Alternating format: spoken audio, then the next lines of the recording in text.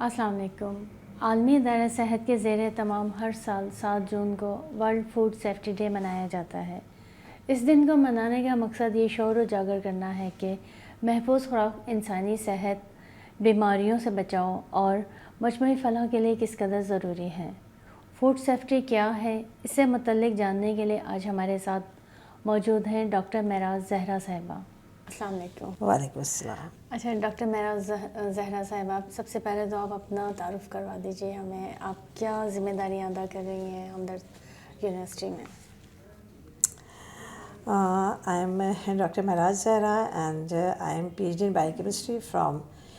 Neurochemistry and Toxicology Research Unit, Department of Biochemistry, University of Karachi. मैंने अपना MPhil, अपना masters भी वहीं department of biochemistry university of Karachi से ही किया है। 2013 से 2015 तक मैं वहाँ पे as a full time cooperative lecturer के तौर पे पढ़ाती रही हूँ। इसके अलावा मैंने आफ्टर माय पीएचडी मैंने 1 साल तक as a assistant professor department of biochemistry को सर्व किया है। आफ्टर दैट मैं ज़ियाउद्दीन यूनिवर्सिटी में रिसर्च डिपार्टमेंट में भी काम किया है। वहाँ पे भी मैंने तदरीस के फ़राइज़ अंजाम दिए हैं और वहाँ के रिसर्च लैब में भी अपनी ज़िम्मेदारियाँ निभाती रही हूँ। Currently I am associated with the faculty of eastern medicine Hamdard university and as assistant professor, और now I am in charge of human nutrition and dietetics program. इसके अलावा वहाँ पे मैं अंडर ग्रेड्स रिसर्च को भी देखती हूँ। डिफरेंट रिसर्च कमेटीज़ हैं लाइक FRC हमारी फैकल्टी रिसर्च कमेटी है, को रिसर्च कमेटी है, उसके सेक्रेटरी के फ़राइज़ मैं अंजाम दे रही हूँ। रिसर्च डिपार्टमेंट में हमारा जो रिसर्च इनोवेशन ऑफिस है उसमें एज अ डिप्टी डायरेक्टर भी मैं अपने फ़राइज़ अंजाम दे रही हूँ। बायोकेमिस्ट्री लैब की इंचार्ज भी हूँ और काफ़ी ज़िम्मेदारियाँ मैं वहाँ पे अदा कर रही हूँ। अच्छा, सबसे पहले तो आप हमें ये बताइए कि महफूज ग़िज़ा से क्या मुराद है? जी बिल्कुल, महफूज ग़िज़ा या जिसको हम सेफ़ फूड कहते हैं, अगर मैं इसको डिफ़ाइन करूँ तो the safe food is that food which is free from all type of contaminations, which is free from all type of physical, chemical and biological hazards, and which is free from all type of microorganisms, bacteria, parasites, toxins and chemicals, जिसको कि हम safe food कहते हैं। या दूसरे लफ्ज़ों में हम ये भी कह सकते हैं कि वो ग़िज़ा कि जो हिफ़्ज़ाने सेहत के उसूलों को मद्देनज़र रखते हुए तैयार की जाए, वो ग़िज़ा सेफ़ फूड होती है, महफूज ग़िज़ा होती है, या जिसमें जो वर्ल्ड हेल्थ ऑर्गेनाइजेशन ने हमें कुछ रूल्स दिए हैं हिफ़्ज़ाने सेहत के, उनको तैयार करते हुए फूड सेफ्टी स्टैंडर्ड्स को मद्देनज़र रखते हुए जो ग़िज़ा तैयार की जाए उसको हम सेफ़ फूड कहते हैं। अच्छा, आलमी इदारा सेहत के ज़ेर तमाम वर्ल्ड फूड सेफ्टी डे मनाया जाता है। तो आप हमें ज़रा ये बताइए कि गैर महफूज खुराक के इंसानी सेहत पे किस तरह के असरात मुरतब होता है? देखिए, गैर महफूज ग़िज़ा अगर आप ले रही हैं, जिसको कि हम अनसेफ फूड कहते हैं या अनहेल्दी फूड कहते हैं, या हम उसको मिलावट ज़्यादा फूड भी कह सकते हैं, एडल्ट्रेटेड फूड भी कह सकते हैं, या प्रोसेस्ड फूड हम उसको कह सकते हैं, तो उसकी इंसानी सेहत पे इंतहाई मुज़र असरात होते हैं, हार्मफुल इफ़ेक्ट्स होते हैं। ये असरात फ़ौरी भी होते हैं और देर पा असरात भी हो सकते हैं, जिसको कि हम एक्यूट एंड क्रॉनिक इलनेसेस कहते हैं, जो कि ये फूड जो अनसेफ फूड्स हैं ये प्रोड्यूस करते हैं। जिसमें जो फ़ौरी असरात हैं जिनको कि हम एक्यूट इलनेसेस कहते हैं, फ़ौरी असरात में ये है कि जैसे अगर आप अनसेफ फूड ले रहे हैं, एडल्ट्रेटेड फूड ले रहे हैं, तो आपको डायरिया हो सकता है, आपको वॉमिटिंग हो सकती है, आपको एब्डोमिनल क्रैम्प्स हो सकते हैं, डिहाइड्रेशन हो सकती है। और लेकिन अगर यही अनसेफ फूड आप बहुत ज़्यादा अरसे तक लेते रहें तो आपका जिगर ख़राब हो सकता है, आपके किडनीज़ पे इफ़ेक्ट्स आ सकते हैं, आपको GIT डिसऑर्डर्स जो हैं वो परमानेंट हो सकते हैं। इसके अलावा ये बात अगर आप इसी तरह से लेते रहें तो आप कैंसर तक भी जा सकते हैं। अच्छा, आलमी इदारा सेहत के मुताबिक फ़ूड हाइजीन के 5 रहनुमा असूल हैं, तो ज़रा आप इनकी भी वजाहत कर दीजिए। जी, according to the world health organization there are 5 rules for safe foods, जिसको कि हम 5 कीज़ फॉर सेफर फूड्स भी कहते हैं। इसमें से सबसे पहला रूल जो है वो ये है कि जब भी फूड तैयार किया जाए तो फूड तैयार करने से पहले हमेशा अपने हैंड्स को वॉश कर लिया जाए, हाथों की सफाई का बहुत ज़्यादा ख्याल रखा जाए। इसके अलावा जिस जगह पे फूड तैयार किया जाए, जैसे कि किचन है और वो प्लेसेस हैं, वो सरफेसेस हैं जहाँ पे खाना तैयार किया जाए, तो उनकी सफाई का बहुत ख़ास ख्याल रखा जाए। दूसरा रूल जो है वो ये है कि हमेशा जो कुक्ड फूड है, जो पकी हुई ग़िज़ा है, और जो कच्ची ग़िज़ा जिसको हम रॉ फूड कहते हैं उसको हमेशा अलग अलग रखा जाए ताकि क्रॉस कॉन्टेमिनेशन से बचा जाए, क्रॉस कॉन्टेमिनेशन ना होने पाए, ताकि जरासीम या बैक्टीरियाज एक फूड से दूसरे फूड को मुंतकिल ना होने पाए। तीसरा रूल हमारा ये है कि जब भी हम फूड तैयार करें तो हमेशा उसको अच्छी तरह से कुक कर लें, बिकॉज़ अगर हम उसको अच्छी तरह से कुक नहीं करेंगे तो उसमें जरासीम रह जाते हैं और वो बैक्टीरियाज किल नहीं होते, वो दोबारा से रीग्रो कर जाते हैं। इसके अलावा चौथा उसूल ये कि जब भी आप फूड कुक करें तो हमेशा तैयार ग़िज़ा जो है, पकी हुई ग़िज़ा, उसको जो है हमेशा ढक के रखें और उसको जो है वो रूम टेम्परेचर पे जो जिसको हम कहते हैं जो कमरे का दर्जा है हरारत है उससे बहुत ज़्यादा देर तक आप ना रखें, बल्कि उसको लो टेम्परेचर पे आप स्टोर करें और महफूज करें। इसके अलावा पाँचवा उसूल ये है कि जब भी आप खाना तैयार करें तो हमेशा साफ़ और ताज़ा पानी का इस्तेमाल करें, चूँकि पानी से बहुत सारे जरासीम जो है वो फूड में कन्वर्ट हो जाते हैं और फिर वो बीमारियों का जो है वो सबब बनते हैं। अच्छा, साफ़ पानी और महफूज खुराक के दरमियान क्या ताल्लुक़ है? बिल्कुल, देखिए साफ़ पानी और जैसे कि मैंने भी ज़िक्र किया कि साफ़ पानी और महफूज जो ग़िज़ा है जिसको हम सेफ़ फूड कहते हैं उससे बहुत गहरा ताल्लुक़ है। बिकॉज़ आप देखें कि फ़ूड की तैयारी के हर मरहले पे, चाहे उसकी मैन्युफैक्चरिंग हो, चाहे उसकी प्रोसेसिंग हो, तो उसमें आप देखें कि पानी का इस्तेमाल जो है वो हर जगह जो है वो ज़रूरी होता है। अब अगर पानी हमारा कॉन्टेमिनेटेड होगा, पानी हमारा फ्रेश नहीं होगा, पानी अगर हमारा पॉल्यूटेड होगा, उसमें जरासीम होंगे, बैक्टीरियाज या माइक्रो ऑर्गेनिजम्स होंगे, तो फिर क्या होगा कि चूँकि पानी को हम फूड को धोने के लिए भी इस्तेमाल कर रहे हैं, फल और सब्जियां धोने के लिए भी इस्तेमाल कर रहे हैं, गोश्त को धोने के लिए भी इस्तेमाल कर रहे हैं, तो क्या होगा कि अगर हमारा फूड अच्छा भी होगा, हमारे इंग्रेडिएंट्स, हमारा रॉ फूड अच्छा भी होगा, लेकिन चूँकि पानी हमारा कॉन्टेमिनेटेड था तो उसकी वजह से क्या होगा कि पानी से वो जरासीम जो वो फूड में मुंतकिल हो जाएंगे और फिर वो फूड बॉर्न डिजीज़ का जो है वो सबब बन जाएंगे। अच्छा, जब हम देखते हैं कि सब्जियां वगैरह जहाँ काश्त की जा रही हैं खेतों वगैरह में, फसलों में, वहाँ केमिकल का बहुत ज़्यादा इस्तेमाल हो रहा है। अगर आप पोल्ट्री साइट पर आ जाएं तो मुर्गियों को अफजाइश के लिए वहाँ पे भी केमिकल, खुराक, इन सब चीज़ों का इस्तेमाल हो रहा है। अगर आप मतलब मीट और साइट पर आते हैं तो वहाँ पर भी हम यही चीज़ें देख रहे होते हैं। तो एक तो ये कि हम इस चीज़ से कैसे निजात हासिल कर सकते हैं, दूसरा है कि आम फर्द जो है वो खुराक में केमिकल और जरासीम की मौजूदगी को कैसे पहचान सकते हैं, कैसे उसमें कि जब ए से लेके जी तक केमिकल केमिकल ही केमिकल है। इसके लिए तो देखें ज़रूरी यह है कि हम ज़्यादा से ज़्यादा फ्रेश फूड लें, फ्रेश फ्रूट्स लें, फ्रेश वेजिटेबल्स लें और ज़्यादा से ज़्यादा हम कोशिश करें कि रॉ फूड लें। रॉ फूड जो आपकी सेहत के लिए बहुत अच्छा होता है, आपकी सेहत पे जो अगर उसमें कोई मुज़र असरात भी होते हैं तो उसको जो है वो दूर कर सकता है। बहुत ज़्यादा एंटीऑक्सीडेंट्स आप लें। एंटीऑक्सीडेंट ये कहते हैं कि आपकी बॉडी से जो टॉक्सिन्स होते हैं उनको बहुत ज़्यादा रिलीज़ कराते हैं। जैसे कि आप विटामिन ई, गाजरें लें, उसमें विटामिन ई बहुत ज़्यादा होता है, विटामिन ए का कंटेंट भी बहुत ज़्यादा होता है। फ्रेश फ्रूट्स से उसमें विटामिन सी का कंटेंट बहुत ज़्यादा होता है, जो कि आपकी बॉडी से बहुत सारे ऐसे टॉक्सिन्स को इरेडिकेट करते हैं जो लेटर ऑन जाके ऑक्सीडेटिव स्ट्रेस प्रोड्यूस करते हैं, जिसकी वजह से हमें ओबेसिटी या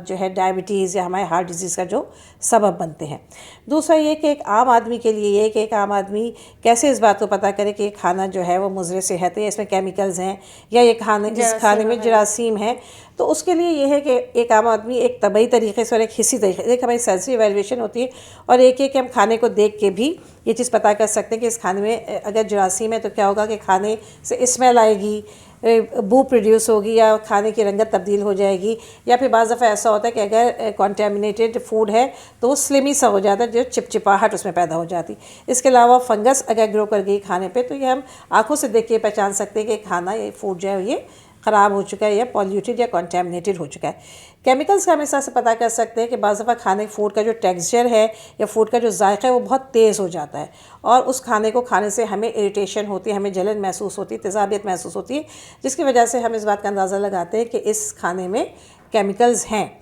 अच्छा, बाज़ दफ़ा ऐसा होता है कि बहुत से जरासीम या बहुत से केमिकल्स ऐसे होते हैं कि जिनको ना हम आँखों से देख सकते हैं, ना हमको किसी हिस्से इवेलुएट कर सकते हैं। तो उसके लिए ज़रूरी ये है कि खाना या जो भी फूड प्रोडक्ट्स हैं उन पे हमेशा जो है लेबल होना चाहिए। लेबल फूड प्रोडक्ट्स आप यूज़ करें, उन लेबलिंग में हमेशा इंग्रेडिएंट्स मेंशन होने चाहिए कि अगर आपने इसमें फूड कंडीशनर्स यूज़ किए हैं या फूड प्रिजर्वेटिव्स यूज़ किए हैं या फूड एडिटिव्स यूज़ किए हैं तो वो कौन से हैं ये आइडेंटिफाइड होने चाहिए और किस मकदार में आपने उसे इस्तेमाल किया है। तो इससे बहुत आसानी हो जाती है। इसके अलावा टेस्टिंग प्रॉपर होनी चाहिए और हमेशा फूड सेफ्टी स्टैंडर्ड्स को जो है वो सामने रखते हुए फूड प्रोडक्ट्स को जो है वो बनाना चाहिए। तो इस तरह से एक हमें सेफ़ प्रोडक्ट मिलेगी और एक हेल्दी प्रोडक्ट्स मिलेंगी। अच्छा, एक जहन में वैसे ही सवाल आया था कि हम अक्सर देखते हैं कि गर्मियों में जब तरबूज आते हैं तो उसमें वो कहा जाता है कि इंजेक्शन लगा दिया जाता है ताकि उसका रेड कलर हो। इसी तरह से पिछले साल स्ट्रॉबेरीज के हवाले से था कि उन्हें सुर्ख रंग के उस कलर में करके डिप करके किया था, तो आप खाएं तो आपको पूरा अजीब सा वो मुंह रंगदार हो रहा था। तो इस हवाले से भी बताएं कि हम इसमें कैसे कर सकते हैं। देखिए, बात चीज़ें ऐसी होती हैं जो अनकंट्रोल्ड होती हैं, जिसमें हम कुछ भी नहीं कर सकते। कोशिश तो यही करनी चाहिए कि हम ज़्यादा ज़्यादा ऑर्गेनिक चीज़ें लें, ऑर्गेनिक फ्रूट लें। अब अगर कोई इंजेक्शन लगा देता है तो उसके तो हम नहीं कर सकते, लेकिन ये कि हमें जिन लोगों पे हम ट्रस्ट करते हैं, जिन फार्म से हम ट्रस्ट करते हैं, हमें जो है ऐसे बहुत से फ्रूट सेलर्स होते हैं जिनको हम जानते हैं, पहचानते हैं, तो हम उनसे लें फ्रूट्स या सब्ज़ियाँ। बाकी है कि ऑर्गेनिक चीज़ें हम ज़्यादा से ज़्यादा लें और रॉ फूड ले, यही कह सकती हूँ। अब ये कि अगर पीछे से ही ऐसी कोई चीज़ आ रही है तो उस पर जो आम लोग हैं वो तो ज़ाहिर सी बात आइडेंटिफाई नहीं कर सकते, लेकिन ये कि आप फ्रेश फ्रूट लें, फ्रेश फ्रूट खुद बता देता है कि ये फ्रेश है और अच्छी स्मेल कर रहा होता है, देखने में खुशबूदार होता है, जायकेदार होता है। तो मैं यही सजेस्ट कर सकती हूँ कि आप रॉ और ऑर्गेनिक फूड ज़्यादा से ज़्यादा लें। अच्छा, दुनिया के कई हिस्सों में शदीद भूख, ग़िज़ा और ग़िज़ाइयत की कमी जैसे चैलेंजेस हैं, तो इनसे कैसे निपटा जाए, ख़ास तौर पे पाकिस्तान में? बिल्कुल, ग्लोबली अगर आप देखें तो बहुत से दुनिया में ख़त्ते ऐसे हैं जहाँ पे हंगर बहुत ज़्यादा है, मेल न्यूट्रिशन बहुत ज़्यादा है, ग़िज़ाई क़िल्लत बहुत ज़्यादा है, या ग़िज़ा मैसर है तो उसमें जो है उसकी न्यूट्रिशनल वैल्यू बहुत कम है। तो इसके लिए तो ये है कि हम सबको मिल के काम करना पड़ेगा, हुकूमती सतह पर भी, इदारों की सतह पर भी, और प्राइवेट और पब्लिक सेक्टर्स में बहुत ज़्यादा काम करने की ज़रूरत है। मिसाल के तौर पे अगर पाकिस्तान के हवाले से हम बात करें तो पाकिस्तान एक एग्रीकल्चर कंट्री है, तो इसके लिए हुकूमत को चाहिए कि फार्मर्स को ज़्यादा से ज़्यादा अच्छे सीड्स फराहम करें, उनको जदीद टेक्नोलॉजी फराहम करें, उनका इरीगेशन का जो सिस्टम है, आबपाशी का निज़ाम जो उसको बेहतर के, ताकि हमारे फार्मर्स ज़्यादा से ज़्यादा जो है प्रोड्यूस कर सकें, ज़्यादा से ज़्यादा एग्रीकल्चर प्रोडक्ट्स और फूड प्रोडक्ट्स जब मार्केट में आएंगी तो आम लोगों तक फूड और ग़िज़ा पहुँचेगी। दूसरा ये हो सकता है कि ऑर्गेनाइजेशन की सतह पे, या हम कहते हैं कि स्कूल की सतह पे स्कूल मील फराहम किए जाएं, या फिर जो है ग़िज़ाई इमदाद फराहम की जाए प्राइवेट सेक्टर में भी, ताकि लोगों तक ज़्यादा से ज़्यादा जो है वो फूड पहुंच सके। तीसरा ये हो सकता है कि आप देखें हमारे यहाँ फूड वेस्टेज बहुत ज़्यादा है। हमारे यहाँ पाकिस्तान में हम देखते हैं हम दावतों में, और वैसे भी आप देखें कि हमारे यहाँ बहुत ज़्यादा फूड वेस्टेज है। अगर इस फूड वेस्टेज को हम बचा लें और इसकी हम कुछ रोकथाम करने का कोई ऐसा सिस्टम बना लें तो इक्वल जो है ज़्यादा से ज़्यादा लोगों को फूड पहुंच सकता है। और इसके अलावा फूड की इक्वल डिस्ट्रीब्यूशन भी होनी चाहिए। तो इस पर ज़ाहिर है कि प्राइवेट सेक्टर में भी और हुकूमती सतह पर भी, इदारों की सतह पर भी बहुत ज़्यादा काम होना चाहिए। तो फिर हम ये कर सकते हैं कि ज़्यादा से ज़्यादा लोगों तक हम जो है वो ग़िज़ा को और सेफ़ फूड को पहुंचा सके। दूसरी बात ये कि जो न्यूट्रिशनल वैल्यू, इसके लिए तो हमें बहुत ज़्यादा अवेयरनेस प्रोग्राम्स जो हैं वो चलानी चाहिए, और अवामी जो है मुहिम, हमें इसके मुहिमात जो है वो चलानी चाहिए, ताकि ज़्यादा से ज़्यादा लोगों तक ये अवेयरनेस पहुंच सके कि वो एक सेफ़ फूड और एक हेल्दी फूड क्या होता है, और वो अपने मेल न्यूट्रिशंस को कम कर सके। वैसे तो हमारे मुल्क में बदकिस्मती से हर तरह की सेफ्टी का फुकदान पाया जाता है, लेकिन जब हम बात करते हैं फूड सेफ्टी की तो वो आपकी नशोनुमा के लिए हर तरह जिस्मानी, ज़हनी, इसके लिए बहुत ज़रूरी होती है। तो हमारे यहाँ इस चीज़ पे इतनी ज़्यादा तवज्जो क्यों नहीं दी जा रही है? हालांकि देखा जाए तो पाकिस्तान एक ज़रई मुल्क है, उसके बावजूद यहाँ पे फूड सेफ्टी कितनी ज़्यादा वो नहीं हो रही। बिल्कुल, पाकिस्तान में आप देखें आलिया कि फ़ूड सेफ्टी का बहुत ज़्यादा फुकदान है, बहुत ज़्यादा कमी हमें नज़र आती। उसकी वजह सबसे पहली जो हमें बेसिक नज़र आती है वो तालीम की कमी है। हमारे यहाँ लिटरेसी रेट ज़ाहिर है कितना अच्छा नहीं है, स्पेशली आप अगर रूरल एरियाज़ में देखें तो लिटरेसी रेट जो है वो इतना अच्छा नहीं है। इसके अलावा जैसे मैंने अभी जिक्र किया कि न्यूट्रिशनल अवेयरनेस प्रोग्राम्स हमारे पास नहीं है, जिसके ज़रिए हम लोगों को फूड सेफ्टी के बारे में और एडल्ट्रेटेड फूड जो कि मिलावट ज़्यादा फूड होता है उसके बारे में हम लोगों को बहुत ज़्यादा आगाही नहीं है। और लोग हमारे अर्बन की तरफ आइए आप तो बहुत ज़्यादा प्रोसेस्ड फूड, बहुत ज़्यादा रिफ़ाइंड फूड जो है वो इस्तेमाल कर रहे हैं, जो कि सेहत के लिए इंतहाई मुज़िर है। दूसरी तरफ अगर आप देखिए तो आप देखें कि हमारे जो फूड के रूल्स हैं, जो हमारे यहाँ फूड सेफ्टी के क़वानीन हैं, उनकी बहुत ज़्यादा वो इम्प्लीमेंटेशन बहुत ज़्यादा पुअर है, बहुत ज़्यादा वीक इम्प्लीमेंटेशन है जो food safety rules and regulations है, फूड सेफ्टी स्टैंडर्ड्स हमारे यहाँ कहीं भी बहुत कम मैंने देखा है कि उनकी बहुत कम इम्प्लीमेंटेशन है, रिकॉर्डेड बात है। इसके अलावा आप देखिए कि जो एक फूड मॉनिटरिंग सिस्टम होता है, जो एक फूड की निगरानी का सिस्टम होता है, वो भी हमारे यहाँ वीक है। जो हमारे फूड सेफ्टी ऑफिसर्स हैं, जो हेल्थ ऑफिसर्स हैं हमारे रेस्टोरेंट्स में, हमारे जो होटल्स हैं या जहाँ जहाँ भी फूड प्रोड्यूस हो रहा है, तो वहाँ पे एक जो मॉनिटरिंग होती है जो रेगुलर बेसिस पे, उसका फुकदान है, जिसकी वजह से हमारे food standards, food safety standards जो है वो डे बाय डे जो है वो लो हो रहे हैं और हमारे फूड सेफ्टी का बहुत ज़्यादा फुकदान है। दूसरी तरफ आप देखिए कि चूँकि हमारे पास न्यूट्रिशनल अवेयरनेस मुहिम नहीं की जाती, आगाही की मुहिमात नहीं की जाती कि लोगों को हम बता सकें कि भाई प्रोसेस्ड फूड आप कम लें, ज़्यादा फ्रेश फूड लें और एडल्ट्रेटेड फूड से आप परहेज़ करें। चूँकि मार्केट में बहुत ज़्यादा चीज़ें ऐसी हैं कि जो एडल्ट्रेटेड फूड के तौर पे आ रही है। मिसाल के तौर पे जैसे कलौंजी है, उसको प्याज के बीज के साथ मिक्स करके बेचा जा रहा है, हल्दी को बुरादे के साथ मिक्स करके बेचा जा रहा है। तो इसी तरीके से एडल्ट्रेशन जो है वो इंसानी सेहत पे जो है बहुत बुरा असर पैदा कर रही है और चूँकि आम आदमी इससे आगाह नहीं है। तो दो चीज़ें कि एजुकेशन और न्यूट्रिशनल अवेयरनेस बहुत ज़्यादा हम फराहम करें लोगों को, तो हम इस पे काबू पा सकते हैं। अभी आपने एजुकेशन का जिक्र किया। हम फूड सेफ्टी जो अथॉरिटी है वहाँ पे तो सारे पढ़े लिखे लोग हैं, एजुकेटेड हैं, तो फिर हम किस वजह से अपनी फ़राइज़ से गफलत पर रहते हैं कि वो निचली सतह तक चीज़ें नहीं जा रही, वो आगाही नहीं पहुँच रही है? देखिए आलिया, बात यह है कि बिल्कुल आपने सही कहा, लेकिन जो मैं बात कर रही हूँ वो एक अवामी सतह की बात कर रही हूँ कि हमारी पब्लिक जो है, जो हमारे अवाम हैं, जो हमारी कम्युनिटी लेवल पे चीज़ें हैं, वहाँ पे अवेयरनेस की बहुत ज़्यादा कमी है। क्योंकि अगर हम अवेयर होंगे, हमें पता होगा अब मेल न्यूट्रिशन क्या चीज़ है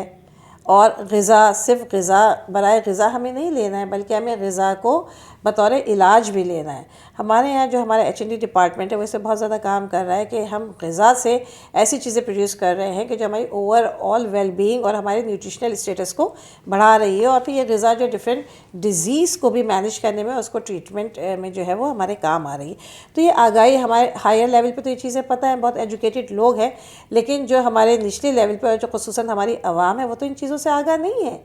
कि एक हेल्दी फूड क्या होता है, सेफ़ फूड क्या होता है और फूड सेफ्टी स्टैंडर्ड्स क्या हैं। तो ये जब हम न्यूट्रिशनल अवेयरनेस कैंप्स लगाएंगे और जगह जगह इस तरह के विजिट्स करेंगे, स्कूल लेवल्स पे, कॉलेज लेवल पे, तो इस तरह से लोग आहिस्ता आहिस्ता इन चीज़ों से आगाही हासिल करेंगे। अच्छा, आप घरेलू सतह पर बताना चाहेंगी कि महफूज खुराक के कौन से असूल अपनाए जा सकते हैं? बिल्कुल, घरेलू सतह पे भी आप देखें कि वही उसूल है कि जो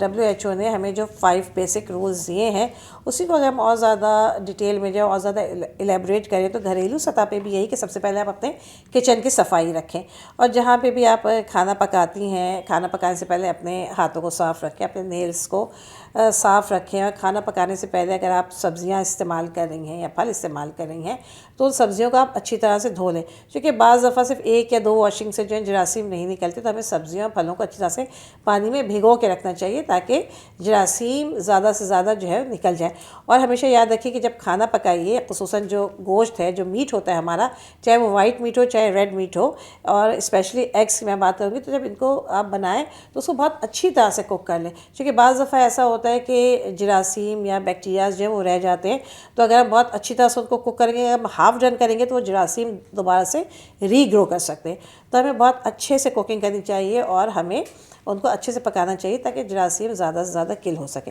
दूसरी बात है कि जब भी आप खाना पकाएं और जब आप उनको फ्रीज़र में या फ्रिज में स्टोर करें, तो आप हमेशा उसको ढक के रखें। चूँकि अगर आप ढक के नहीं रखेंगे तो क्रॉस कंटेमिनेशन की वजह से एक दूसरे फूड से उस फूड को जो है वो बैक्टीरियाज ट्रांसफ़र हो सकते हैं। तो लिहाजा खाने को हमेशा ढक के रखें, और पकी हुई ग़िज़ा को बहुत ज़्यादा देर तक आप जो नॉर्मल टेम्परेचर उस पर ना रखें, बल्कि उसको महफूज तरीके से लो टेम्परेचर पे जो है वो स्टोर करें। और कोशिश करें कि हमेशा साफ़ पानी और ताज़ा पानी इस्तेमाल करें खाना पकाने के हर स्टेप पे, और ख़ुसूसन जब आप गोश्त धोते हैं या अगर आप सब्ज़ियां धोते हैं, तो उसमें अगर आप पॉल्यूटेड वाटर यूज़ करेंगे तो जो पानी में जरासीम होंगे वो आपके फूड में कन्वर्ट हो जाएंगे और फिर वो बीमारियों का सबब बनेंगे। अच्छा, हमारे यहाँ स्ट्रीट फूड, ढाबे और रेहड़ी के इर्द गिर्द जमाओं के खाने पीने का रवाज बहुत ज़्यादा आम हो चुका है। तो ये खुली जगहों पे खाते हुए किन बातों का ख्याल रखा जाए? जी बिल्कुल, आप सही कह रही हैं। हमारे यहाँ लोग पाकिस्तान में स्पेशली आमतौर से, और ये हमारे यहाँ बल्कि साउथ एशिया का ही ये कल्चर है कि लोग आमतौर से रेहड़ियों के गिर्द और ठेलों के गिर्द, और स्पेशली जो ढाबे हैं या हमारे तो बाकायदा फूड स्ट्रीट्स बन चुकी हैं, तो वहाँ पे लोग ओपन एनवायरनमेंट में खाने को पसंद करते हैं। इस तरह से एक दूसरे से समाजी राब्ते भी हो जाते हैं, और चूँकि खाना सामने बन रहा होता है, फ्रेश फूड बन रहा होता है, तो लोग इस चीज़ को बहुत ज़्यादा लाइक करते हैं। हमारे यहाँ कल्चर बहुत ज़्यादा फ़रोग़ पा चुका है स्ट्रीट फूड का। तो लेकिन ये एक तरह से अगर अच्छा है तो इसके बहुत ही जो है मुज़िर असरात भी हैं इंसानी सेहत पे, क्योंकि आप देखें जो ओपन एनवायरनमेंट में जब आप खाना खा रहे होते हैं तो क्या होता है कि जो माहौल में गर्द गुबार होता है, एनवायरनमेंट में जो गर्द गुबार होता है वो आपके खाने को आलूदा कर रहा होता है। दूसरे ये कि अगर आप सड़क के किनारे किसी बेंचेस वगैरह पे या ढाबे में बैठे हैं तो जो गाड़ियों का धुआं होता है, जो बसों का धुआं होता है, आप जानते हैं कि हमारे कितना ट्रैफिक का रश बढ़ता जा रहा है, तो वो धुआं भी आपके खाने को आलूदा करता है। प्लस ये कि आप ओपन जगह पे मक्खियों की बहुत ज़्यादा बहुतात होती है, तो मक्खियाँ हैं, मच्छर हैं रात के वक्त, और बग्स हैं, डिफरेंट टाइप ऑफ बग्स हैं, जरासीम है, तो वो भी आपके खाने को आलूदा कर रहे होते हैं। फिर प्लस आपने देखा होगा कि ऐसी ओपन प्लेसेस पे कोई रेहड़ी है, कोई ठेला है, तो वहाँ पे साफ़ पानी का इस्तेमाल बड़ा ही गैर मुमकिन सा हो जाता है, और फिर जो बर्तन धोने की सहूलियात हैं और जो सैनिटेशन की सहूलियात हैं वो अच्छी नहीं होती हैं, जिसकी वजह से क्या होता है कि फूड बॉर्न डिजीज़ बहुत ज़्यादा फैलने के इम्कानात होते हैं। अब इस पर हम काबू कैसे पा सकते हैं? इस पर काबू ऐसे पा सकते हैं कि सबसे पहले तो मैं ये सजेशन दूंगी कि जितने भी स्ट्रीट फूड्स हैं उनको जो फूड प्रोड्यूसर्स हैं उनको रजिस्टर किया जाए, उनकी रजिस्ट्रेशन की जाए। इसके अलावा जो हमारी लोकल अथॉरिटीज़ हैं वो बाकायदा वहाँ मॉनिटरिंग करें, बाकायदा वहाँ पे विज़िट करें, और जो है हिफ़्ज़ान सेहत, और ये देखें कि ये जो फूड यहाँ तैयार हो रहा है ये हिफ़्ज़ान सेहत के उसूलों को मद्देनज़र रखते हुए तैयार हो रहा है या नहीं हो रहा है। तो साफ़ पानी की फराहमी को जो है वो मुमकिन बनाएं, और इसके अलावा ये इनकरेज करें कि जब आप खाना बनाएं तो खाने से पहले अपने हाथों की सफाई रखें, या आप ग्लव्स पहन के खाना बनाएं, और अपने बालों को कवर करें, हेड बैंड्स पहने, और उनको जो है इस चीज़ की आगाही दें कि साफ़ पानी का इस्तेमाल रखें, और बर्तनों को अपने ढक के रखें। बल्कि मैं तो कहती हूँ उनको कंटेनर्स प्रोवाइड करें कि जहाँ पे ऐसी सहूलियात हो पे अपने खाने को ढक के रखें, ताकि मक्खियों से और मच्छरों से, जरासीम से वो खाना महफूज रह सके। बल्कि डिफरेंट फूड जोन्स बना देनी चाहिए कि जहाँ पे बाकायदा पब्लिक को इनकरेज किया जाए कि भाई ये फूड सेलर जो है ये बहुत अच्छा साफ़ सुथरा जो है सैनिटरी कंडीशंस को मद्देनज़र रखते हुए और फूड हाइजीन को मद्देनज़र रखते हुए ये खाना बना रहे हैं, तो पब्लिक को भी इनकरेज किया जाए कि वो उसी तरफ जाए जहाँ पे फूड हाइजीन का ख्याल रखा जा रहा है। तो इस तरह से वो जो दूरस बीमारियाँ उससे वो बच सकते हैं। अच्छा डॉक्टर महराज, अभी आपने जिक्र किया था कि ग़िज़ा को बतौर इलाज इस्तेमाल किया जा सकता है, तो जैसे मुख्तलिफ़ बीमारियाँ हैं, मोटापा हो गया है, ज़ियादतीस हो गए हैं, दिल के अवारिज़ हो गए हैं, गुर्दों के मसाइल हो गए हैं, तो इसमें कैसे आप ग़िज़ा को बतौर इलाज इस्तेमाल कर सकते हैं?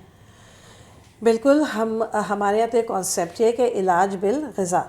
ग़िज़ा जो है वो हम इलाज के लिए इस तरह से इस्तेमाल कर सकते हैं। हमारे यहाँ जो आजकल रिसेंट ट्रेंड्स जो ह्यूमन न्यूट्रिशन एंड डायटेटिक्स में चल रहे हैं वो ये कि फंक्शनल फूड पे बहुत ज़्यादा जोर दिया जाता है। फंक्शनल फूड ये कि फूड में बहुत सारे कंपोनेंट्स ऐसे होते हैं कि जो फाइटोकेमिकल्स होते हैं, न्यूट्रिएंट्स होते हैं, जो कि फार्माकोलॉजिकल प्रॉपर्टीज़ होती हैं, जिनकी अगर हम उनको एक्सट्रैक्ट करें तो उसको हम एज अ मेडिसिन भी यूज़ कर सकते हैं। उसमें ये होता है कि जैसे मिसाल दूँ मैं आपको कि हल्दी में एक कंपोनेंट होता है करक्यूमिन, तो वो हमारे वो वुंड हीलिंग प्रॉपर्टीज़ भी उसकी होती है, पेन रिलीविंग प्रॉपर्टीज़ भी होती हैं, तो हम उसको इन चीज़ों के लिए एज अ मेडिसिन जो है वो इस्तेमाल कर सकते हैं। दूसरी बात ये है कि अगर आप डायबिटीज़ की बात करें तो डायबिटीज़ अब में आप जानती हैं कि ब्लड शुगर लेवल जो है बहुत ज़्यादा हाई हो जाता है, हाइपरग्लाइसेमिक कंडीशंस हो जाती हैं, तो हम उनको डाइट ये सजेस्ट कर सकते हैं कि मीठी अशिया से परहेज़, मीठे मशरूबात से परहेज़, और वाइट शुगर से अगर हम रिड्यूस कर लें, और उनको हम एक ऐसा डाइट प्लान दे दें कि जिसमें होल ग्रेन्स हो, फाइबर्स हों, और ऐसे फूड्स हों कि जो बहुत ज़्यादा ग्लाइसेमिक इंडेक्स को एकदम से ना बढ़ाएं, जैसे कि कॉम्प्लेक्स कार्बोहाइड्रेट्स हैं, तो हम डायबिटीज़ को बहुत हद तक मैनेज कर सकते हैं। अगर हम दिल की बीमारियों की बात करें तो आप देखें कि दिल की बीमारियां बहुत ज़्यादा सैचुरेटेड फैट्स लेने से बढ़ती हैं, तो हम उनको ये डाइट सजेस्ट करते हैं कि जिसमें अनसैचुरेटेड फैटी एसिड ज़्यादा हों, अच्छे फैट्स हो, like poly unsaturated fatty acids हो, जैसे कि EPA, DHA का इस्तेमाल अगर हम करेंगे, या सीड ऑयल्स हम लेंगे या फ़िश ऑयल्स लेंगे, तो ये हमें अच्छे फैट्स प्रोवाइड करता है। इसके अलावा गिरीदार मेवों का अगर हम इस्तेमाल करेंगे, फ्रेश वेजिटेबल्स, फ्रेश फ्रूट्स वगैरह हम लेंगे, तो ये हमारे दिल की बीमारियों के लिए बहुत मुफीद साबित होंगे। और इसके अलावा हमारा जो HND जो प्रोग्राम है, उसमें जो आपका सीडेंट्री लाइफ स्टाइल है कि जो हर वक्त बैठे रहना, जिसमें कोई एक्सरसाइज नहीं है, कोई वॉक नहीं है, तो ये भी नवारिस को जो है वो बहुत ज़्यादा बढ़ाता है। तो हम न सिर्फ डाइट से बल्कि हम उनको लाइफ स्टाइल भी चेंज करने की तरगीब देते हैं कि थोड़ा सा एक्टिव हो जाएं, वॉक करें, चहलकदमी करें, तो ये चीज़ें भी इन अमराज को कंट्रोल करने में बहुत ज़्यादा माविन साबित होते हैं। अच्छा, आपने जैसे भी जिक्र किया कि ज़्यादा देर बैठे रहने से भी इन ग़िज़ा को आप कर सकते हैं, इसके ज़रिए अपना जो वेट बढ़ रहा है, तो इस हवाले से ज़रा वजाहत करें। क्योंकि जब हम देखते हैं जॉब करने वाले जो लोग होते हैं 8 घंटे वो मुस्तकिल सीट पे बैठे रहते हैं, और कराची की जो ट्रैफिक है उसमें 2-2.5 घंटे तो आपको घर पहुंचने में या दफ्तर पहुंचने में लग जाते हैं। तो एक दिन का बेशतर हिस्सा आपका सिर्फ बैठने में ही गुजर जाता है। तो ऐसी सूरत में आप कैसे कर सकते हैं? देखिए, कोशिश तो यही करनी चाहिए कि आप वॉक को अपनी डेली लाइफ और डेली रूटीन का हिस्सा बनाएं। अगर आप दिन में अपने वर्क प्लेस पे होते हैं तो आप कोशिश करें कि रात में खाने से पहले आप तेज़ वॉक कर लें, या खाने के बाद अगर आप आधे घंटे की भी वॉक या चहलकदमी करते हैं तो वो आपके ब्रेन को बहुत ज़्यादा एक्टिव करेगा, आपकी नींद को बहुत ज़्यादा पुरसुकून करेगा, और आप बल्कि अपने कामों में और ज़्यादा एक्टिव हो जाएंगे। चूँकि आप जानते थे कि पुरसुकून नींद जो है वो आपके ब्रेन के, आपके न्यूरॉन्स को बहुत ज़्यादा स्टिमुलेट करती है, बहुत ज़्यादा एक्टिव कर देती है। अच्छा, आप काम के दौरान अगर हम, जैसे मेरी खुद 2.5 घंटे की ट्रैवलिंग है, तो उसमें तो हम ये कर सकते हैं कि बैठे बैठे थोड़ी सी मूवमेंट कर लें, अपने पैरों को ऊपर नीचे कर लें, अपनी एड़ियों को थोड़ा सा उठा लें, अपने शोल्डर्स की, अपने हैंड्स की हम मूवमेंट कर सकते हैं। अगर हमारे जैसे अगर मुझे 1 घंटा बैठ के चेयर पे काम करना है, तो उस काम के बीच में मैं थोड़ा सा गैप दे के 15 मिनट अपने ऑफिस में, अपने कॉरिडोर में या कहीं भी थोड़ी सी वॉक कर लूँ, थोड़ी सी मूवमेंट कर लूँ, तो ये हमारे लिए बहुत फ़ायदेमंद साबित हो सकता है। वेट रिडक्शन में भी बहुत ज़्यादा हेल्पफुल है। और उस दौरान हम कोई प्रोसेस्ड फूड ना खाएँ, कोई ऐसी चीज़ें ना खाएं, खुसूसन आजकल कोल्ड ड्रिंक्स का बहुत ज़्यादा रिवाज हो गया है, तो उसका हम अवॉइड करें, तो हम जो है वेट गेन नहीं करें। अच्छा, ह्यूमन न्यूट्रिशन एंड डाइटिस्ट प्रोग्राम जो है इंसानी सेहत और बीमारियों की रोकथाम में किस तरह मददगार साबित हो सकता है? जी बिल्कुल, हमारा HND प्रोग्राम जो है वो आप देखें, मैं यहाँ से बात शुरू करना चाहूँगी कि आप देखें डे बाय डे जो है हमारे आप ओवरऑल ग्लोबली देखें कि हार्ट के, दिल के अमराज जो है वो बहुत ज़्यादा जो है वो फैलते जा रहे हैं, मोटापा बहुत ज़्यादा होता जा रहा है, ओबेसिटी जिसको हम कहते हैं। इसके अलावा डायबिटीज़ जो है, इसका ग्राफ जो है बहुत ज़्यादा बढ़ता जा रहा है। अब ये सारी चीज़ें ये शो कर रही हैं कि हमारी डाइट में प्रोसेस्ड फूड का बहुत ज़्यादा इस्तेमाल हो गया, रिफ़ाइंड फूड जिसको हम कहते हैं फास्ट फूड, उसका बहुत ज़्यादा इस्तेमाल हो गया है, और जो हम रॉ फूड जिसको हम कहते हैं, जो फ्रेश फूड होता है, वो कम से कम होता जा रहा है। तो हमारा जो HND का डिपार्टमेंट है और जो हमारे ग्रेजुएट्स हैं वो हॉस्पिटल्स में हो, चाहे किसी हेल्थ केयर सेंटर पे हो, या वो किसी अवामी पब्लिक हेल्थ न्यूट्रिशन की जगह पे हो, तो वो ज़्यादा से ज़्यादा इस चीज़ की अवेयरनेस देते हैं कि आप अपना सेडेंटरी लाइफ स्टाइल बदलें, आप जो है फ्रेश फूड्स को और अनप्रोसेस्ड फूड को अपने ग़िज़ा का हिस्सा बनाएं, जिसकी वजह से आप इन अमराज से जो है वो कम से कम इनको मैनेज कर सकते हैं। दूसरी बात है कि हमारे जो ग्रेजुएट्स हैं, यहाँ पे मैं ये भी कहना चाहूँगी कि हमारे यहाँ आजकल जो HND प्रोग्राम है उसमें फंक्शनल फूड का बहुत ज़्यादा तस्वर आ चुका है। मैंने पहले बताया कि फंक्शनल फूड में ये होता है कि फूड से हम बहुत सारी ऐसी चीज़ें एक्सट्रैक्ट करें जिसको हम एज आ मेडिसिन भी यूज़ कर सकते हैं। जैसे कि मैंने हल्दी की मिसाल दी, इसी तरीके से पेपरमिंट ऑयल हैं, इसी तरीके से जो है वो अदर प्रोडक्ट्स भी हैं, फार्माकोलॉजिकल प्रोडक्ट्स जो for the disease management and for the disease treatment हम यूज़ कर सकते हैं। और हमारे ग्रेजुएट्स, मैंने बताया ना कि हमारे ग्रेजुएट्स जो अपनी जब क्लिनिकल इंटर्नशिप्स करते हैं तो वो वहाँ पे केस स्टडीज़ भी करते हैं। उन केस स्टडीज़ में वो पेशेंट की जो उसका इकोनॉमिक बैकग्राउंड होता है, जो उसका लाइफ स्टाइल होता है, जो उसका इंडिविजुअल जेनेटिक मेकअप होता है, उसके मुताबिक जो उसको डाइट प्लान तैयार करके देते हैं। डिफरेंट एज ग्रुप, जैसे कि बच्चे हैं या जो ख़वातीन हैं, उनके एज ग्रुप के हवाले से, उनके लाइफ स्टाइल के हवाले से वो उनको एक मखसूस डाइट प्लान तैयार करके देते हैं, जिससे वो अनहेल्दी हैबिट से और जो बीमारी है उससे जो है वो महफूज रह सकते हैं। अच्छा, मौजूदा दौर में human and nutrition and dietetics की अहमियत क्यों बढ़ती जा रही है? इसका जवाब तो मैं आपको पहले ही दे चुकी हूँ कि जैसे मैंने अभी बताई ये बात आपको कि मौजूदा दौर में इसलिए ह्यूमन न्यूट्रिशन डाइटेटिक्स की अहमियत बढ़ती जा रही है कि आप वर्ल्ड ओवर देखें कि मेल न्यूट्रिशन बहुत ज़्यादा बढ़ी है, खुसूसन वो कंट्रीज़ जो अभी डेवलप्ड नहीं हैं या जो थर्ड वर्ल्ड कंट्रीज़ जिनको हम कहते हैं वहाँ पे आप देखें कि मेल न्यूट्रिशन कितनी ज़्यादा है। लोगों को इस चीज़ की अवेयरनेस नहीं है कि वो कौन सी प्रोटीन्स हैं, प्रोटीन एनर्जी मेल न्यूट्रिशन है, कैलोरीज़ की रिक्वायरमेंट्स नहीं पूरी हो रही हैं, बच्चे बहुत ज़्यादा स्टंटेड ग्रोथ है। तो अब ह्यूमन न्यूट्रिशन में बहुत ज़्यादा इंपॉर्टेंट रोल प्ले करता है कि वो अवेयरनेस दे लोगों को। सबसे पहले तो अवेयरनेस बहुत ज़रूरी है, आगाही बहुत ज़रूरी है कि हम ये जो फूड ले रहे हैं ये फूड हमारी न्यूट्रिशनल वैल्यू को जो है वो पूरा नहीं कर रहा है। और हम ये आगाही दें कि एक बैलेंस डाइट, आप एक बैलेंस डाइट है, बैलेंस डाइट में ये होता है कि उसमें सब्जियां भी होती हैं, उसमें फ्रूट्स भी होते हैं, उसमें कार्बोहाइड्रेट की मिकदार होती है, लेकिन बहुत ज़्यादा रिफाइंड या वाइट शुगर नहीं बल्कि आप होल ग्रेन्स लें, आप कॉम्प्लेक्स पॉलीसेक्राइड्स लें जो देर से हज़म होते हैं और देर से हमारे ग्लाइसेमिक इंडेक्स को एकदम से ऊपर नहीं लेके जाते। तो एक्चुअली जो प्रोग्राम है दुनिया भर में जहाँ भी हो रहे हैं तो वो इस चीज़ को बहुत ज़्यादा आपको बताते हैं कि आप एक हेल्दी फूड किस तरह से ले सकते हैं, वो फूड कि जिसकी ग़िज़ाइयत जिस फूड में हो, और एक बैलेंस डाइट आप कैसे ले सकते हैं, और फिर एक बैलेंस डाइट को लेते हुए और आप जो है वो मुख्तलिफ़ बीमारियों से कैसे बच सकते हैं। इसलिए और ताकि जितनी ज़्यादा बीमारियाँ होंगी, जितने ज़्यादा हेल्थ इश्यूज़ होंगे तो जो कंट्री का जीडीपी है वो भी जाहिर सी बात है कि रिड्यूस होगा, इकोनॉमिक बर्डन बहुत ज़्यादा किसी भी मुल्क पे आएगा। अच्छा doctor Mehra, world food safety day पर आप क्या पैगाम देना चाहेंगे? वर्ल्ड फूड सेफ्टी डे पे बिल्कुल मैं ये पैगाम देना चाहूँगी कि एक जो है महफूज ग़िज़ा ही एक सेहतमंद माशरे की बुनियाद बन सकती है। इसलिए कि देखें फूड हमारे लिए सिर्फ ग़िज़ा हमारे लिए सिर्फ पेट भरने का ज़रिया नहीं होनी चाहिए, बल्कि ये जो है एक महफूज ग़िज़ा जो हमारी सेहत से, हमारे बच्चों की सेहत से, हमारी आने वाली नस्लों की सेहत से और हमारे माशरे की सेहत से जुड़ी हुई है। लिहाजा मैं इस मौके पे सिर्फ ये कहना चाहूँगी कि हम सबको ये अहद करना चाहिए कि हम जो है जब भी हम खाना बनाएं तो उसमें खाने की सफाई का ख्याल रखें, पानी की सफाई का ख्याल रखें, और इसके अलावा जो है हम मिलावट ज़्यादा जो फूड आजकल मार्केट में आ रहे हैं उनके ख़िलाफ़ हम आवाज़ उठाएं, इसलिए कि सिर्फ गवर्नमेंट की ज़िम्मेदारी नहीं कि वो हमें महफूज ग़िज़ा जो है वो प्रोवाइड करे, बल्कि ये हम सब की मुश्तरका ज़िम्मेदारी है कि हम सब मिलकर एक प्लेटफॉर्म पे काम करें और हेल्दी और सेफ़ फूड जो है वो लोगों तक पहुँचाएँ। बहुत शुक्रिया। बहुत शुक्रिया आपका। Thank you so much, so nice of you.